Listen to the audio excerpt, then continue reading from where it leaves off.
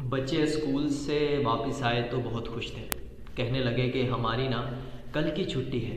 کیوں بھائی؟ میں نے بے دہانی میں پوچھا۔ کشمیر ڈے ہے، بس مس نے یہی بتایا۔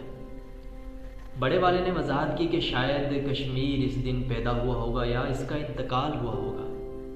میں نے کہا نہیں بیٹا، ایسا نہیں ہے۔ اس دن ہم کشمیر کے ساتھ یکجہتی کا دن مناتے ہیں۔ کشمیر جس کے دو حصے ہیں، ایک مقبوضہ کشمیر ہے اور ایک آزاد کشمیر ہے۔ جو آزاد کشمیر ہے نا، اس کا اپنا ایک صدر ہے، وزیر اعظم ہے اور اسمبلی ہے۔ دوسرا کشمیر وہ ہے جس پر بھارت نے بے ایمانی سے قبضہ کیا ہوا ہے اور وہاں کے مسلمانوں پر ظلم کی انتہا کی ہوئی ہے۔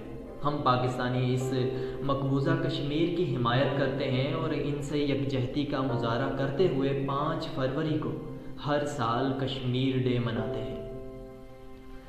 تم سب بچے بھی مل کر دعا کرو کہ کشمیر کو آزادی ملے اور مسلمانوں پر ظلم ختم ہو۔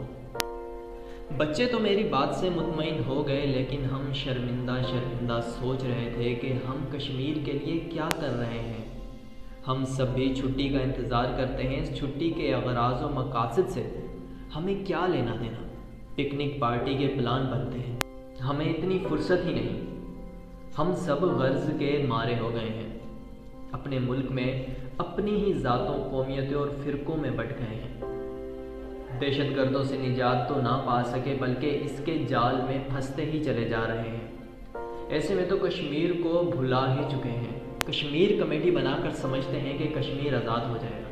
یہ دن کشمیر سے یکجہتی کے لیے منایا جاتا ہے۔ یوم یکجہتی کشمیر بھارتی ظلم کے خلاف ہر سال 5 فروری کو 1990 سے منایا جا رہا ہے۔ اس وقت کشمیریوں نے جہاد کا عملی مظاہرہ کرتے ہوئے ہندوستانی فوج سے ٹکرانے کا فیصلہ کیا تھا۔ بھارتی حکومت اقوام متحدہ کی یاد دہانیوں کے باوجود کشمیر کو اس کا حق خود اختیاری دینے کو تیار نہیں ہے۔ سلامتی کونسل بھی اس پر عمل درآمد کروانے میں ناکام رہی ہے۔